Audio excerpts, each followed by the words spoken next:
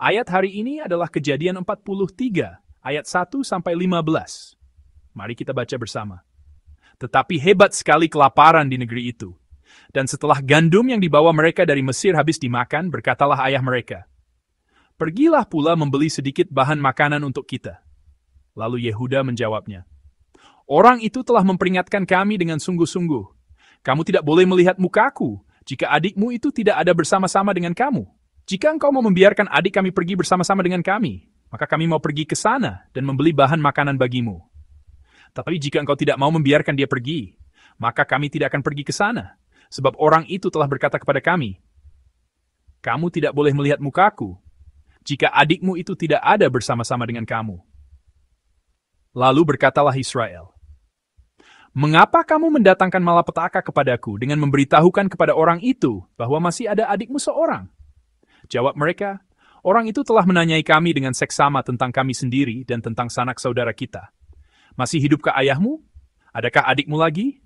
Dan kami telah memberitahukan semuanya kepadanya seperti yang sebenarnya. Bagaimana kami dapat menduga bahwa ia akan berkata, 'Bawalah kemari adikmu itu.' Lalu berkatalah Yehuda kepada Israel ayahnya, 'Biarkanlah anak itu pergi bersama-sama dengan aku. Maka kami akan bersiap dan pergi, supaya kita tetap hidup dan jangan mati, baik kami maupun engkau dan anak-anak kami. Akulah yang menanggung dia. Engkau boleh menuntut dia daripadaku. Jika aku tidak membawa dia kepadamu dan menempatkan dia di depanmu, maka akulah yang berdosa terhadap engkau untuk selama-lamanya. Jika kita tidak berlambat-lambat, maka tentulah kami sekarang sudah 2 kali pulang.' Lalu Israel, ayah mereka, berkata kepadanya, 'Jika demikian, perbuatlah begini. Ambillah hasil yang terbaik dari negeri ini dalam tempat gandummu dan bawalah kepada orang itu sebagai persembahan. Sedikit balsam dan sedikit madu, damar dan damar ladan, buah kemiri dan buah badam. Dan bawalah uang 2 kali lipat banyaknya. Uang yang telah dikembalikan ke dalam mulut karung-karungmu itu, haruslah kamu bawa kembali. Mungkin itu suatu kekilafan. Bawalah juga adikmu itu, bersiaplah dan kembalilah pula kepada orang itu. Allah yang Maha Kuasa kiranya membuat orang itu menaruh belas kasihan kepadamu, supaya ia membiarkan saudaramu yang lain itu beserta Benyamin kembali. Mengenai aku ini, jika terpaksa aku kehilangan anak-anakku, biarlah juga kehilangan.' Lalu orang-orang itu mengambil persembahan itu dan mengambil uang 2 kali lipat banyaknya, beserta Benyamin juga. Mereka bersiap dan pergi ke Mesir. Kemudian berdirilah mereka di depan Yusuf. Amin. Selamat pagi, saya menyambut dan memberkati Anda semua yang telah datang ke rumah Tuhan pagi ini. Saya berdoa agar ibadah ini menjadi waktu yang berharga, di mana Anda dapat bertemu dan mengalami Tuhan secara mendalam, serta menerima kekuatan dan keberanian untuk menjalani hari-hari Anda. Firman Tuhan hari ini dimulai dengan kalimat, "Kelaparan yang hebat melanda negeri itu." Kelaparan itu bukanlah bencana yang datang sesaat lalu berakhir. Dari tahun ke tahun, kelaparan itu menjadi semakin parah hingga tidak ada lagi harapan yang terlihat. Tanah Kanaan, tempat tinggal keluarga Yakub, telah menjadi tempat di mana untuk bertahan hidup pun terasa sangat sulit. Anak-anak Yakub yang sebelumnya pernah pergi ke Mesir telah membawa pulang gandum yang diberikan oleh Yusuf, tetapi gandum itu pun kini telah habis. Jika mereka tidak kembali untuk mendapatkan gandum, seluruh keluarga, dari anak-anak kecil hingga orang tua, akan mati kelaparan.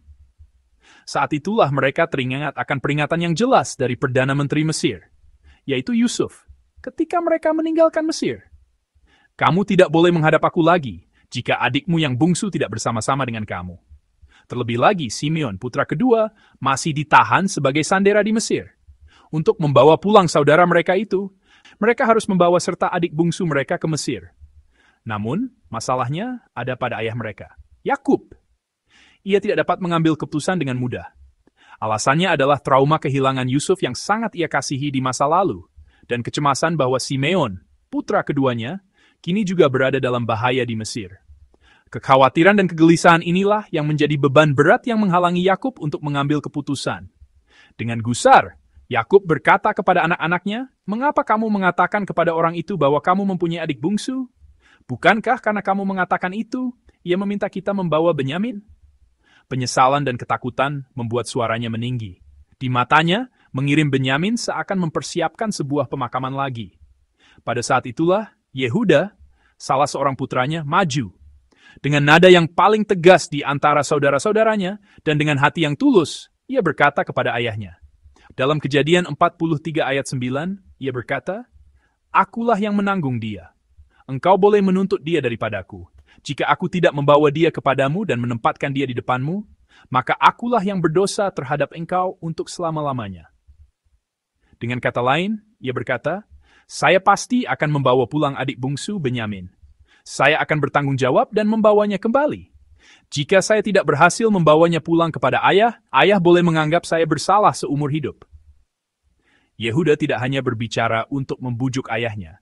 Ia telah membuat keputusan untuk memenuhi tanggung jawabnya dengan berkata, "Aku akan mempertaruhkan nyawaku untuk melindunginya."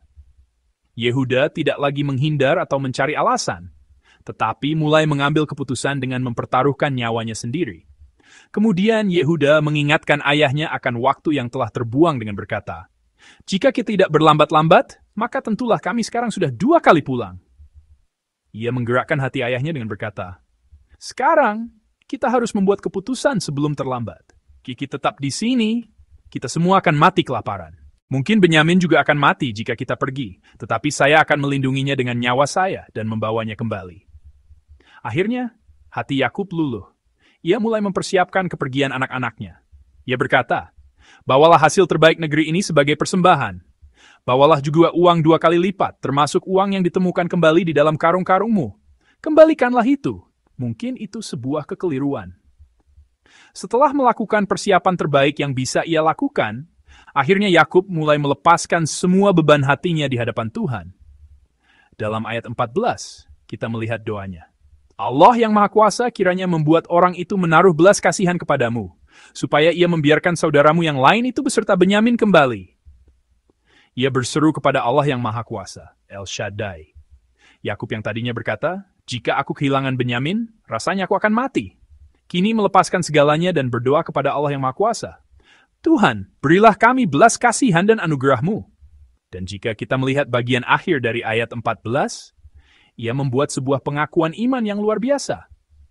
"Mengenai aku ini, jika terpaksa aku kehilangan anak-anakku, biarlah juga kehilangan." Yakub, yang selama ini berpegang teguh pada keyakinan bahwa ia tidak boleh kehilangan anaknya lagi, kini mengakui, "Mengenai aku ini, jika terpaksa aku kehilangan anak-anakku, biarlah juga kehilangan." Ini adalah sebuah ungkapan Ibrani yang menunjukkan penyerahan diri total kepada Tuhan, sama seperti Esther yang berkata, "Kalau terpaksa aku mati, biarlah aku mati. Jika aku harus kehilangan, biarlah aku kehilangan." Ini bukanlah kepasrahan yang putus asa, apalagi keputusasaan yang siap menghadapi kematian. Ini adalah pengakuan iman yang mengubah seluruh hidup Yakub.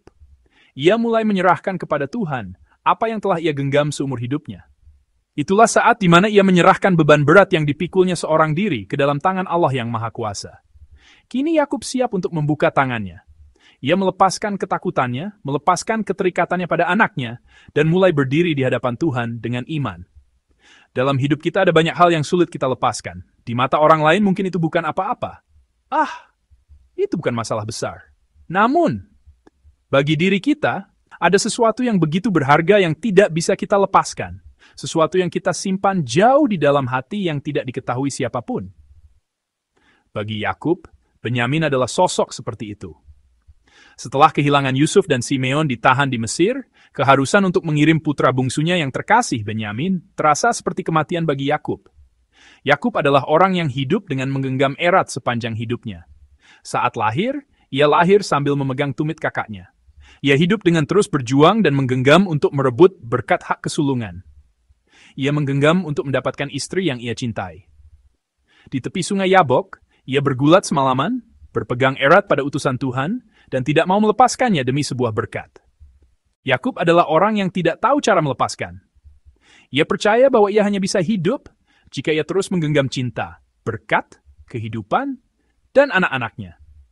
Namun, sekarang Yakub mulai melepaskan hal yang paling berharga dari tangannya. Sesuatu yang tidak bisa disentuh oleh siapapun. Sesuatu yang tidak dapat lagi ia tanggung dengan kekuatannya sendiri. Ia serahkan ke dalam tangan Allah yang Maha Kuasa. Dan pelepasan itulah yang memulai babak baru dalam hidup Yakub. Ketika Yakub membuka tangan yang selama ini ia genggam, karya Tuhan yang dahsyat pun dimulai. Karena ia melepaskan Benyamin, anak-anaknya dapat kembali ke Mesir, ia dipersatukan kembali dengan Yusuf yang telah lama hilang, dan berkat luar biasa yang menyelamatkan seluruh bangsanya dari kelaparan pun dimulai. Permulaan dari pemulihan ini terjadi dari pengakuan. Jika aku harus kehilangan anak-anakku, biarlah aku kehilangan mereka. Saudara-saudari yang terkasih, Tuhan tidak bekerja melalui tangan yang tergenggam. Tuhan membangun kerajaannya melalui mereka yang membuka tangan, mereka yang melepaskan, dan mereka yang menyerahkan diri kepadanya dengan iman. Mungkin bagi orang lain itu bukan apa-apa, tetapi bagi Anda, itu adalah sesuatu yang sama sekali tidak dapat dilepaskan. Tuhan hari ini berkata kepada kita untuk melepaskannya. Ketika engkau melepaskannya, aku akan membukakan jalan yang baru untukmu. Yakub akhirnya menyadari bahwa berkat sejati datang bukan dengan merebutnya melalui kekuatan, tetapi ketika kita menyerahkannya kepada Tuhan dengan iman. Ketika ia melepaskan Benyamin, Tuhan memulihkan hubungannya dengan Yusuf, mempersiapkan rekonsiliasi di antara saudara-saudara, dan memulai penyelamatan sebuah bangsa. Yakub, yang belajar cara membuka tangannya, mengalami bagaimana Tuhan mengisi kembali tangannya yang kosong itu dengan kelimpahan. Pagi ini, marilah kita membuat pengakuan yang sama di hadapan Tuhan. Tuhan, hal ini yang telah begitu lama aku genggam. Hal yang aku pikir akan membuat hidupku berakhir jika aku melepaskannya. Sekarang aku melepaskannya di hadapanmu. Entah itu anak, kehormatan, ketakutan, harta, atau apapun itu. Marilah kita melepaskan hal-hal yang kita dahulukan daripada Tuhan di hadapannya.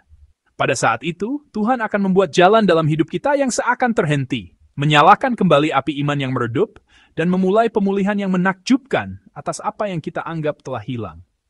Seperti pengakuan Yakub hari ini, jika aku harus kehilangan anak-anakku, biarlah aku kehilangan mereka. Saya berdoa agar pengakuan ini menjadi bahasa iman yang terucap dari bibir kita. Tuhan, sekarang aku melepaskannya. Aku menyerahkan kepada Allah yang Maha Kuasa hal-hal yang tidak dapat aku lepaskan. Ketika kita membuka tangan kita di hadapan Tuhan, tangannya tidak hanya akan memegang dan mengisi hidup kita, tetapi saya juga berdoa dalam nama Tuhan, agar hari ini menjadi hari yang penuh berkat, di mana kita semua mengalami kelimpahan yang Tuhan curahkan.